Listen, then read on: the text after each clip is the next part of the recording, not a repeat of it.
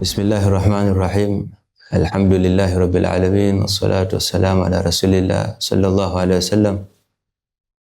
Nawaitu ta'alluma wa ta'lim wa tadhakkura wa tadhkir wa naf'a wal intifa'a wal ifadata wal istifada wal hatha ala tamassuki bi kitabillah wa sunnati rasulih sallallahu alaihi wasallam wa du'a ila al huda wa dalalata ala al khair ibtigha'a mardatillahi wa thawabihi wa qurbihi insha'Allah. Allahumma salli wa sallim ala sayyidina Muhammad salatan tukhrijuna biha min dhulumatil wahm wa tukrimuna bi nuril fahm wa tudhih lana ma ashkala hatta yufhama innaka ta'lamu anta 'allamul ghuyub. Allahumma rabbana zidna ilma warzuqna fahma. Allahumma subb alayna ilma mursalin wa subb alayna fahman nabiyyin wa akrimna bil malaikatil muqarrabin. Tukiwa tunaendelea na harakati zetu za darsa ya mirath, tumefikia katika mlango wa wale wanaostahili kurithi kwa mafungu au kwa sehemu au kwa Kiingereza tunaita fractions. Al-irthi bil fardhi. Tumetaja aina 5 za kurithi, sasa tunaingia katika aina ya kwanza, kurithi kwa mafungu, al-irthi bil fardhi. Na tukaeleza kuwa sehemu zilizotajwa katika Qur'ani ziko 6, kuna 2 au ziko aina 2 zimejigawa katika makundi mawili tofauti. Ziko zile ambazo chini yake au asili ya sehemu, nambari ya chini katika sehemu zinagawika kwa 2, moja kwenye 2, moja juu ya 4 na moja juu ya 8, nusu, robo na thumuni. Hizi zinakaa kwenye fungu moja, na fungu la pili ni zile ambazo kwamba asili ya sehemu nambari ya chini inagawika kwa 3, yani moja juu ya 3, 2 juu ya 3 na moja juu ya 6. Sasa tutaanza kwa fungu au kategori ya kwanza, anao al-ula. Tutaanza na wale wanaostahili kurithi nusu, halafu tutakuja kuzungumza wale wanaostahili kurithi robo, na wale wanaostahili kurithi moja juu ya 8 ni akina nani, na kila mmoja anapata hiyo sehemu aliyokasimiwa na Allah subhanahu wa ta'ala kwa sharti zipi. Ikiwa zimetimia atastahili apate nusu, au ikiwa zimetimia atastahili apate robo, au ikiwa zimetimia atastahili apate moja juu ya 8, athumun. Tutaanza na wale wanaostahili kupata nusu. Tutakaribisha mwanafunzi Masud Said Majid kutoka Madrasatu Surur ya Msikiti Nambari, atuelezee ni akina nani wanastahili kupata nusu. Warithi wote 25 tulishawataja katika halakati zilizopita, pamoja na dalili zao, kwa nini fulani kupata, kwa nini fulani yumo, na kwa nini wengine hawamo. Kwa leo tutakuja kwenye ashabul furudh. Tutamkaribisha mwanafunzi atuelezee, alafu tutakuja kuona mfano baadaye inakuwa vipi katika masala ya mirathi. Mwanafunzi, tafadhali. أعوذ بالله من الشيطان الرجيم. بسم الله الرحمن الرحيم. الحمد لله رب العالمين والصلاة والسلام على رسول الله صلى الله عليه وسلم. أما بعد, ashabu nisf katika Qur'an waliodhihirishwa ni 5 kwa ujumla, ambao 2 kati ya hao ni ambao wakikuwepo sheria kwamba ni wenye kwa hawakosi urithi kabisa, na walibakia kwamba wanategemea kukosekana kwa wenzao. Na tutataja kwa mpangilio maalum, na kutokana na mpangilio huo kila mmoja kuonesha kwamba anamtegemea mwenzake. Katika watu 5, wa kwanza ni mume, wa pili ni mtoto wa kike, wa tatu ni mjukuu wa kike lakini tufahamu kwamba ni katika nasab ya adh-dhukur, kwamba ametokana upande wa mtoto wa kiume.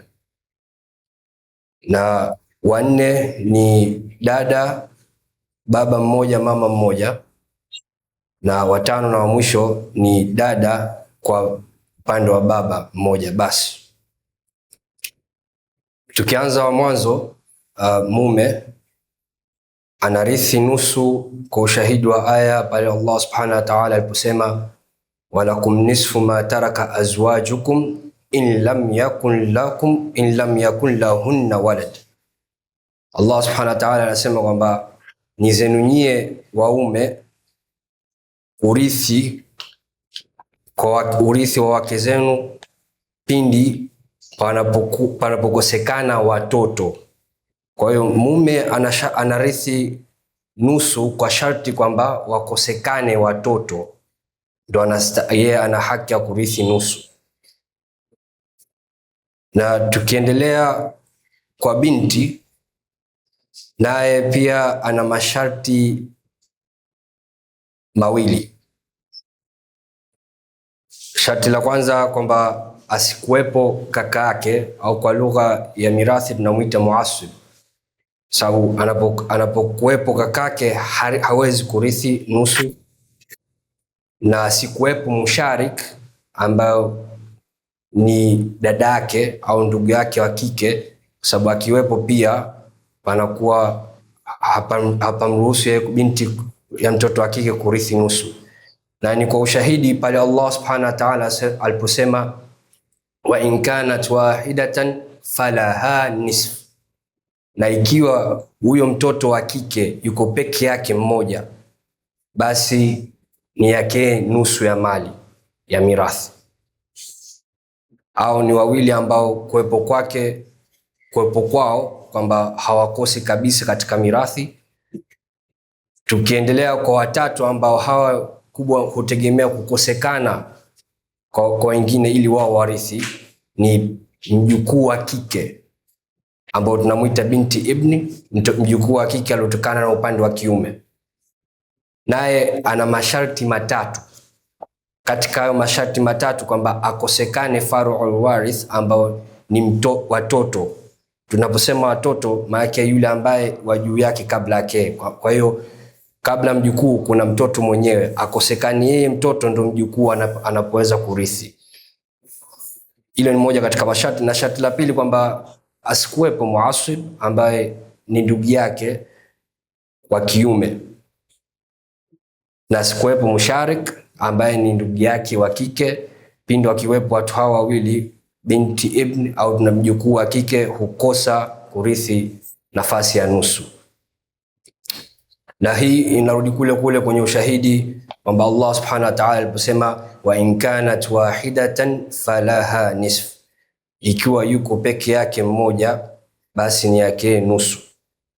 Tukiendelea kwa mtu wa nne ambaye ni dada, baba mmoja mama mmoja, kwa lugha mirathi tunamuita ukhtu shaqiqa. Naye pia anayo nafasi ya kurithi nusu kwa masharti yasiyopungua manne. Miongoni mwa masharti yao kwamba wasikuwepo faru'ul warith, yani wakosekane watoto. Na tunaposema watoto jumla jamala kwamba mtoto wa kike au kiume yote katika hao wasikuwepo kabisa. Pia miongoni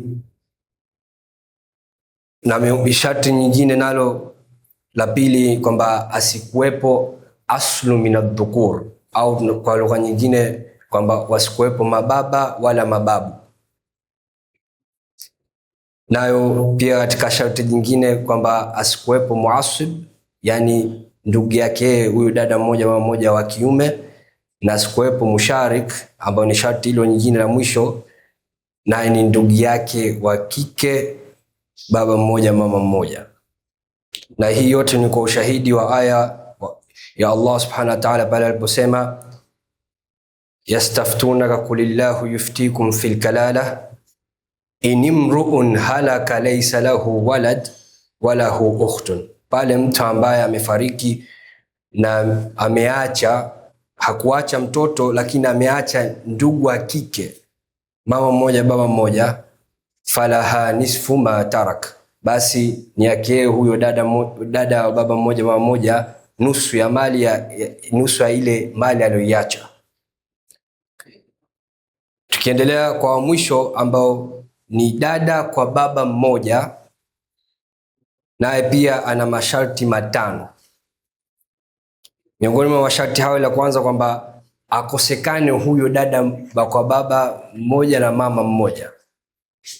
Akiwepo huyo dada baba mmoja mama mmoja, kwamba anamzuia dada kwa baba mmoja kurithi hiyo nusu, kwa sababu yeye ana hadhi zaidi kuliko yeye, kutokana na uhusiano yake, kwamba ana uhusiano wa ndugu kwa baba na mama. Na katika sharti jingine kwamba pia wasikuwepo watoto, kama ilivyo kwa dada wa baba mmoja mama mmoja,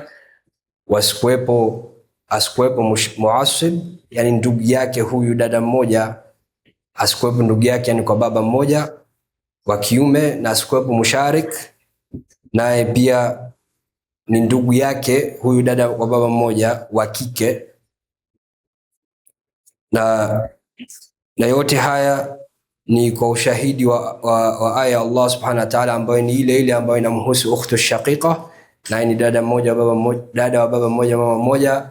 Yastaftunaka qulillahu yuftikum fil kalala in imru'un halaka laysa lahu waladun wa lahu ukhtun falaha nisfu ma tarak, kwamba Allah subhanahu wa ta'ala anasema pale mtu anapofariki na hakuacha mtoto, lakini ameacha ndugu wa kike wa baba mmoja mama mmoja, ni yake nusu ya mali ya aliyoacha.